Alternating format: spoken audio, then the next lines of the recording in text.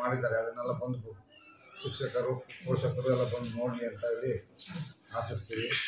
ನಾವು ಪ್ರತಿ ವರ್ಷವೂ ಇದು ಸಾಂಸ್ಕೃತಿಕ ಕಾರ್ಯಕ್ರಮಗಳು ಮಾಡ್ತಾಯಿದ್ವಿ. ಈ ವರ್ಷ ಇದ್ರ ಸಮೇತ ಮಕ್ಕಳು ಸಹಿಗೆ ಮಾಡಿಸಿದ್ದೀವಿ. ಅದರಂತೆ ತುಂಬ ಒಳ್ಳೆ ಚೆನ್ನಾಗಿ ಮಾಡಿದ್ದಾರೆ, ಬಂದು ನೋಡ್ಕೊಂಡು ಹೋಗಿ ಅಂತ ಆಶಿಸ್ತೀವಿ. ಸ್ಕೂಲಲ್ಲಿ ಫ್ರೂಟ್ಸಿಂದ ಹಿಡಿದು ಎಲ್ಲ ಪ್ರತಿಯೊಂದು ಆರ್ಟಿಸ್ಟಿಕ್ ಕಲಿಸ್ಕೊಡ್ತಾ ಇದ್ದೀವಿ. ಅದರಂತೆ ವಿದ್ಯಾಭ್ಯಾಸದಿಂದ ಎಂದು ಪ್ರತಿಯೊಂದು ಚಟುವಟಿಕೆಗಳನ್ನು ನಾವೆಲ್ಲ ಮಾಡಿಸ್ಕೊಡ್ತೀವಿ.